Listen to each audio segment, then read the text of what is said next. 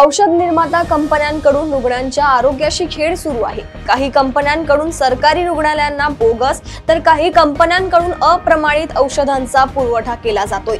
असाच प्रकार syndicate pharma या कंपनीने केला आहे। या कंपनीने एका सरकारी रुग्णालयाला पुरवलेली औषधे अप्रमाणित असल्याचे स्पष्ट झाले आहे। या कंपनीने पुरविलेल्या औषधीचा वापर त्वरित थांबवण्यात यावा असे आदेश आरोग्य सेवा सहसंचालक यांनी दिले आहेत। राष्ट्रीय मागासवर्ग आयोगाचे अध्यक्ष हंसराज अहिर यांचा 3 वर्षांचा कार्यकाळ येत्या 2 डिसेंबरला पूर्ण होत आहे। आता अहिर यांची याच पदी पुनर्नियुक्ती होणार की राजकीय पुनर्वसन केले जाणार याकडे राजकीय वर्तुळाचे लक्ष लागले आहे। पुनर्नियुक्तीसाठी स्वतः अहिर प्रयत्नरत असून भाजपच्या राष्ट्रीय अध्यक्षांपासून केंद्रीय गृहमंत्री अमित शहा यांच्या गाठीभेटी घेत आहेत। सोलापूर जिल्ह्यातील बार्शी शहरामधील शेंडगे प्लॉट मध्ये राहणाऱ्या एका विवाहित महिलेचा तीक्ष्ण हत्याराने गळा चिरून खून करण्यात आला। हत्या प्रकरणातील संशयित आरोपी पोलीस स्टेशन मध्ये स्वतः हजर झाल्याची घटना घडली आहे। पोलिसांकडून रात्री उशिरापर्यंत फिर्याद नोंदविण्याचे काम सुरू होते।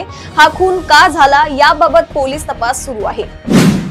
स्वाभिमानी शेतकरी संघटनेचे संस्थापक राजू शेट्टी यांनी ऊस दराच्या प्रश्नावर आक्रमक भूमिका घेत यंदाच्या हंगामात कारखान्यांनी 3751 रुपये प्रति टन एवढा दर व मागील हंगामात तुटलेल्या ऊसासाठी 200 रुपये अतिरिक्त द्यावे अशी ठाम मागणी केली आहे।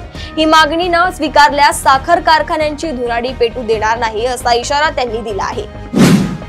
अलिबाग तालुक्यातील वडाव बुद्रुक आणि बेलवली या 2 गावांना जोडणारा पूल रविवारी सायंकाळी अचानक कोसळला।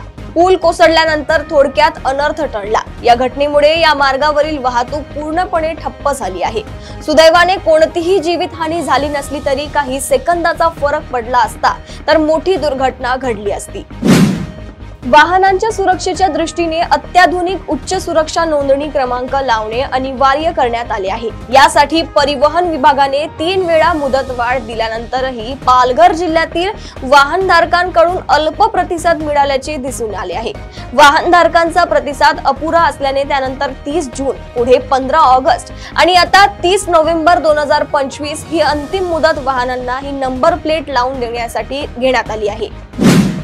पुण्याच्या नांदेड सिटी परिसरात एका तरुणीचा पाठलाग करत तिच्याशी अश्लील वर्तन करण्यात आलं, तर शहरातील विश्रांतवाडी परिसरात शाळकरी मुलीला दुचाकीवर फिरवण्याच्या बहाण्याने तिच्यासोबत एका व्यक्तीने गैरवर्तन केलं। या दोन्ही प्रकरणांमध्ये पोलिसांनी गुन्हा दाखल करून आरोपींना ताब्यात घेतलाय। तसंच सीसीटीव्ही फुटेजच्या मदतीने एका आरोपीचा शोध सुरू आहे। मतदार यादीतील दुबार नोंदीमुळे विरोधी पक्षांनी त्यात दुरुस्त करून निवडणूक घेण्याची मागणी केलेली असताना आज निवडणूक आयोगाची पत्रकार परिषद होणार आहे। यामध्ये राज्यात जिल्हा परिषदा, पंचायत समिती आणि नगरपालिकांसह महानगरपालिकांची निवडणुकीची घोषणा केली जाण्याची शक्यता आहे। महाराष्ट्रातील विजेची वाढती मागणी लक्षात घेता वीज निर्मितीसाठी आता राज्य सरकारने वेगवेगळ्या पर्यायांची चाचपणी सुरू केली आहे। काल याबाबत मुख्यमंत्र्यांसमोर प्रेझेंटेशन करण्यात आलं। त्यानुसार आता सह्याद्री पर्वत रांगांच्या नैसर्गिक उंचीचा फायदा करून घेत अनोख्या पद्धतीने वीज निर्मिती केली जाणार आहे। सह्याद्रीच्या आधाराने साठवण तलाव उभारले जातील आणि तिथे साठवलेल्या पाण्याचा वापर करून वीज निर्मिती केली जाणार आहे।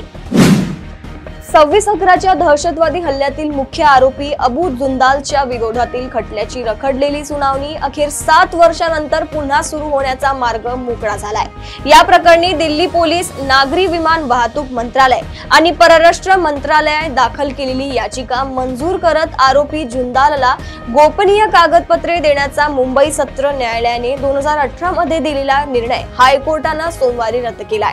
हायकोर्टाच्या या निर्णयामुळे केंद्र सरकारला दिलासा मिळालाय। प्रदेशातील अशा टॉप 10 बातम्या मी साक्षी आपल्यापर्यंत पोहोचवत राहील। तोपर्यंत बघत रहा देशोन्नती। नमस्कार।